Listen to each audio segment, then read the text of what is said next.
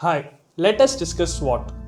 It is an interesting subject in business schools and in MBA. S stands for, Strengths, W stands for, weaknesses, O stands for, opportunities, and T stands for. threats.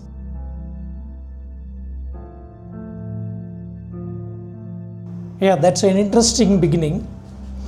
As you said, SWOT is an interesting subject in the management school. Going back to its origin, it was started in Stanford Research Institute in 1960 in Silicon Valley. And after 20 years, it was made as a subject in Harvard Business School in Boston. Interesting to know that it was started in the California state, a place of manufacturing for silicon-based semiconductor chips. Let us discuss on why it started in the business world. So SWOT is one of the interesting subjects in the management schools.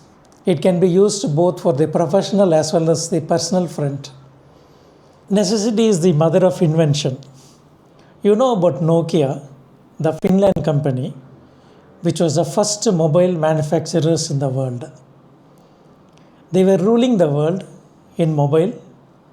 Later, they lost the race to Apple and Samsung. Can you tell me why they lost the race and bite the dust? I guess Nokia couldn't adapt itself to the modern technology of app-driven system and touchscreens. So Nokia had an closed operating system, whereas Apple and Samsung had an open operating system. Yes, you are right. That was the reason why Nokia failed. Nokia had the opportunity to see the revolution, but they failed to take so.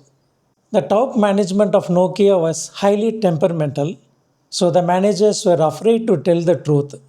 So the employees at the ground level knew that they are losing the technological race against Apple.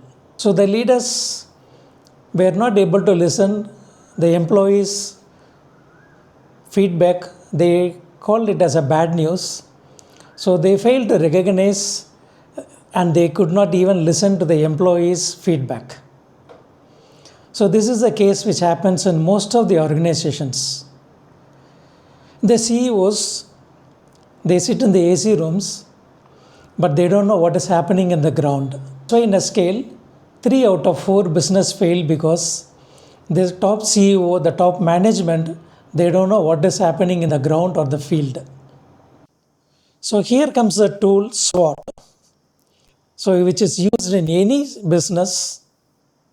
And in SWOT, the SW is the internal controls and O and T are the external controls. Strength, that is the internal asset.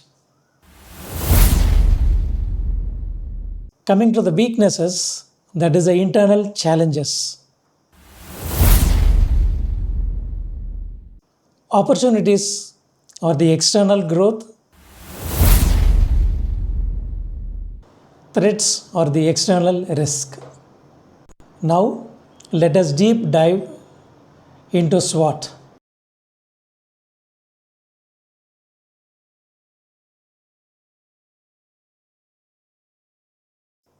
When to do SWOT analysis?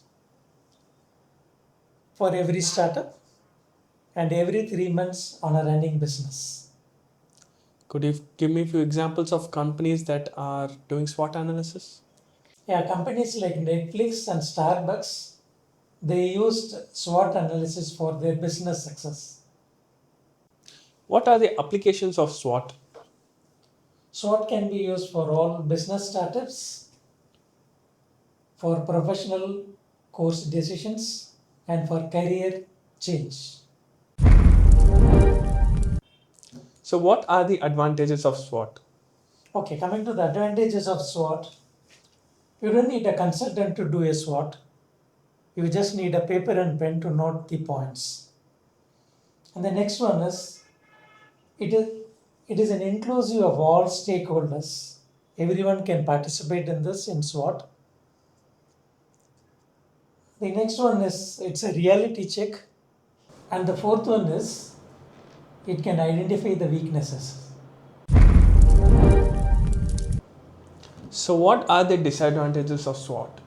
Yeah, coming to the weaknesses, the first point I would say is every stakeholders may not reveal the exact weaknesses. The next point is this is just a list, but it doesn't show any priority. Priority of which to be done first and which to be done in the second. The next disadvantage is frequently we have to do the SWOT analysis because business runs in a continuous way. It is a assessment as on date, so it has to be done continuously on a frequent basis. Okay, now we discuss about SWOT. I'll give you an example. You make a SWOT analysis and present to me. And you can take an example of artificial intelligence, AI. Take AI and based on that do a SWOT analysis and present to me. It was a wonderful discussion about SWOT. Thank you very much. Thank you equally. Thank you very much.